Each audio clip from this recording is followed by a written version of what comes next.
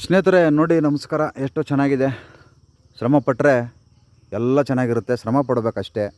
ನೋಡಿ ಅಡಿಕೆ ತೋಟ ಭಾಳ ಅದ್ಭುತವಾಗಿದೆ. ಇದು ನಮ್ಮ ಸ್ನೇಹಿತರದು. ಮಳೆ ಬಂದಿದೆ, ತುಂಬ ಚೆನ್ನಾಗಿ ಬಂದಿದೆ. ತುಂಬ ಚೆನ್ನಾಗಿ ಮಳೆ ಬಂದರೆ ರೈತರಿಗೆ ಅದೇ ದೀಪಾವಳಿ ಹಬ್ಬ, ಅದೇ ದಸರಾ ಹಬ್ಬ, ಅದೇ ಯುಗಾದಿ ಹಬ್ಬ.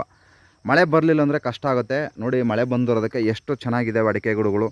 ಈಗ ಮೊನ್ನೆ ಎಲ್ಲ ಬಾಳೆ ಗಿಡಗಳು ಹಾಕಿದ್ದಾರೆ. ಆ ಕಡೆ ಎಲ್ಲ ಒಂದು 1000 ಅಡಿಕೆ ಗಿಡ ಹಾಕೋರೆ. ಇದು 1000 ಇದೆ. ಎಲ್ಲ ಫಸಲು ಬಂದಿದೆ ಈ 1000 ಅಡಿಕೆ ಗಿಡದಲ್ಲಿ.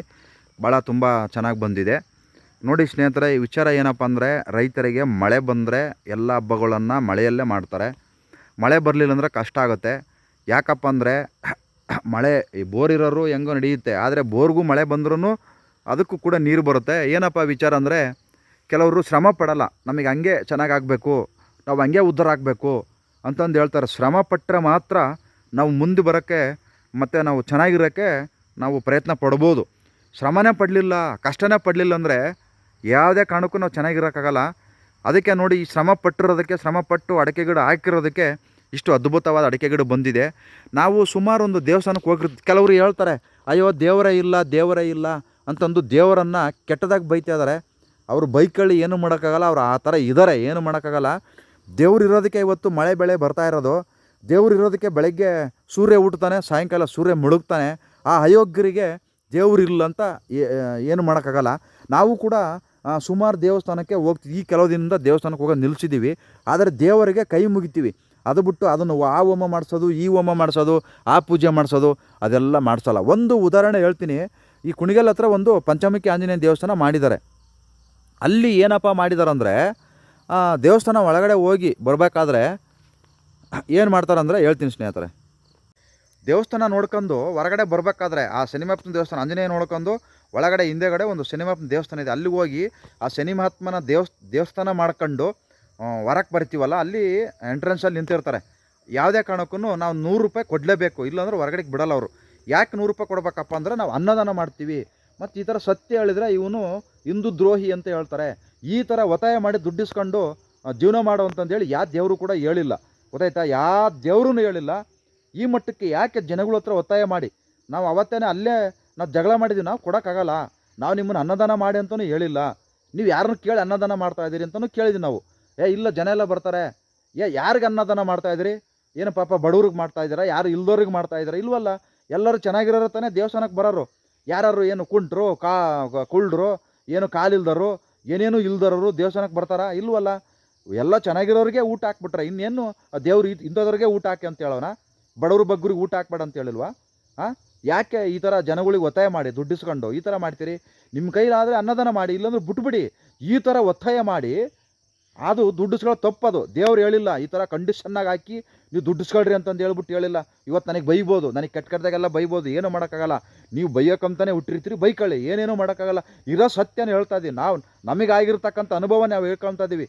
ಬೇರೆ ಕಡೆ ಎಲ್ಲ ಮಾತಾಡಿ ಎಲ್ಲದನ್ನೂ ಮಾತಾಡ್ತೀವಿ, ಯಾವುದು ಬಿಡೋದಿಲ್ಲ, ಗೊತ್ತಾಯ್ತಾ? ಈ ಥರ ನೀವು ದುಡ್ಡು ಕೊಡಲೇಬೇಕು, 100 ರೂಪಾಯಿ ಕೊಡಲೇಬೇಕು ಅಂತಂದೇಳಿ ಒತ್ತಾಯ ಮಾಡೋಕ್ಕೆ ಹೋಗಬೇಡಿ. ಆಮೇಲೆ ಇನ್ನೊಂದು ಮಾಡ್ತಾರೆ, ಅಲ್ಲಿ ನವಗ್ರಹಗಳನ್ನು ಇಟ್ಟಿದ್ದಾರೆ. ಒಂದು ತಟ್ಟೆ ಒಳಗಡೆ ದೊಡ್ಡದೊಂದು ತಟ್ಟೆ ಇಟ್ಬಿಟ್ಟು ಆ ದೇವ್ರ ಮುಂದೆ ನವಗ್ರಹಗಳು ಇಟ್ಟಿದ್ದಾರೆ.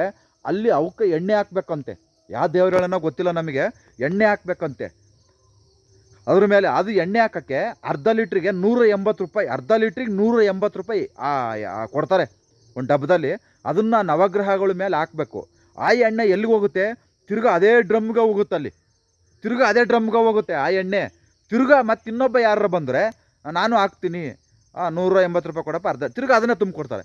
ಅಂದ್ರೆ ಒಬ್ಬರು ಹಾಕಿದ್ದು ತಿರ್ಗಾ ಒಬ್ರು ಹಾಕೋದು. ಈ ಥರ ದೇವ್ರು ಈ ಥರ ಮಾಡಂತ ಹೇಳಿಲ್ಲ. ನೋಡಿ ಅರ್ಥ ಮಾಡ್ಕೊಳ್ಳಿ. ಇವೆಲ್ಲ ಬರೀ ಸುಳ್ಳು. ಈ ಥರ ಮಾಡೋಕ್ಕೆ ಹೋಗಬೇಡಿ. ನೀವು ಒಳ್ಳೆ ಕೆಲಸ ಮಾಡಿ ಚೆನ್ನಾಗಿರ್ತೀರ.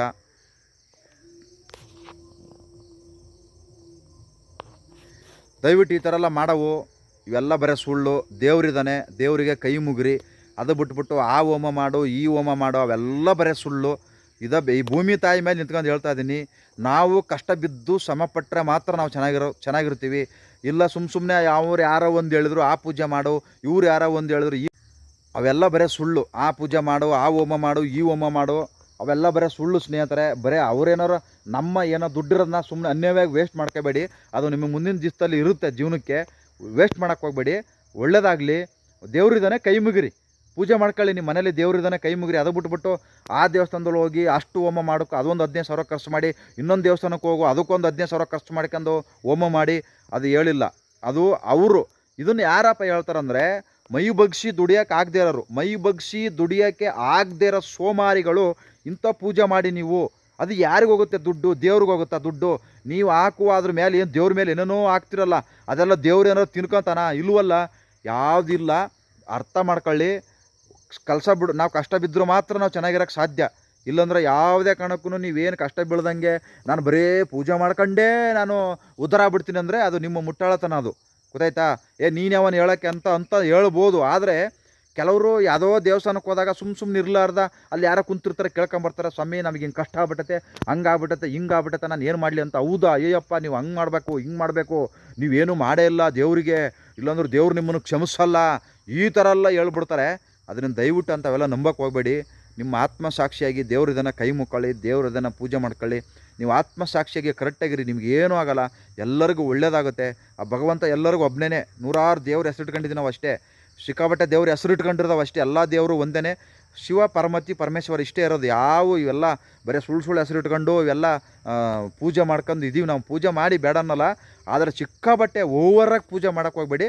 ಅದು ನಿಮಗೆ ಒಳ್ಳೇದಲ್ಲ, ನಿಮ್ಮ ದುಡ್ಡು ಖರ್ಚಾಗುತ್ತೆ ಅಷ್ಟೇ ಹೊರತು ನಿಮ್ಗೆ ಅಂಥದ್ದು ಏನೋ ಯಾವುದೋ ಒಂದು ಮೂಲೆ ಕಡೆಯಿಂದ ಒಳ್ಳೇದಾಗ್ಬೋದು, ಆದರೆ ಅದರಿಂದನೇ ಒಳ್ಳೇದಾಗುತ್ತೆ ಅಂಥದ್ದಿಲ್ಲ. ನೋಡಪ್ಪ, ಇವಾಗ ಇದು ಅಡಿಕೆ ತೋಟ ಅಂದ್ಕೊಳ್ಳಿ, ಅಕಸ್ಮಾತ್ ಇಲ್ಲಿ ಮಳೆ ಬರಲಿಲ್ಲ ಅಂದರೆ ಹೋಮ ಮಾಡಿಬಿಟ್ರೆ ಮಳೆ ಬರುತ್ತಾ? ಈಗ ಅಡಿಕೆ ಗಿಡನೇ, ಇದು ಅಡಿಕೆ ಗಿಡ ಹಾಕಿದ್ದೀವಿ, ಇದು ಅಡಿಕೆಕಾಯಿ ಬಿಡಲಿಲ್ಲ ಅಂದರೆ ಹೋಮ ಮಾಡಿದ್ರೆ ಅಡಿಕೆಕಾಯಿ ಬಿಡುತ್ತಾ? ಅದಕ್ಕೊಂದು ಏನಾರ ಇರುತ್ತೆ ಸಮಸ್ಯೆ, ಅಡಿಕೆ ಗಿಡಕ್ಕೆ ಒಂದು ಏನಾರು ಸಮಸ್ಯೆ ಇರುತ್ತೆ. ಅದರಿಂದ ಅದು ಅಡಿಕೆಕಾಯಿ ಬಿಟ್ಟಿರಲ್ಲ, ಅದರಿಂದ ಅದನ್ನು ಕಡಿದಾಕ್ತಾರೆ. ಹಂಗಂತ ನಾವು ನಮಗೆ ಕಷ್ಟ ಆಗ್ಬಿಟ್ಟತೆ ಹಂಗಂತ ಸುಮ್ಮನೆ ಪೂಜೆ ಮಾಡ್ಕೊಂಡು ಕೂತ್ಕೊಳ್ಳೋದೆಲ್ಲ ಬೇಡ. ಒಳ್ಳೆಯದಾಗಲಿ, ನಮಸ್ಕಾರ. ಆದಷ್ಟು ಬದಲಾವಣೆ ಆಗಿರಿ ಅಂತಂದೇಳಿ ಕೇಳ್ಕೊತಿದ್ದೀನಿ. ಜೈ ಹಿಂದ್, ಜೈ ಕರ್ನಾಟಕ ಮಾತೆ.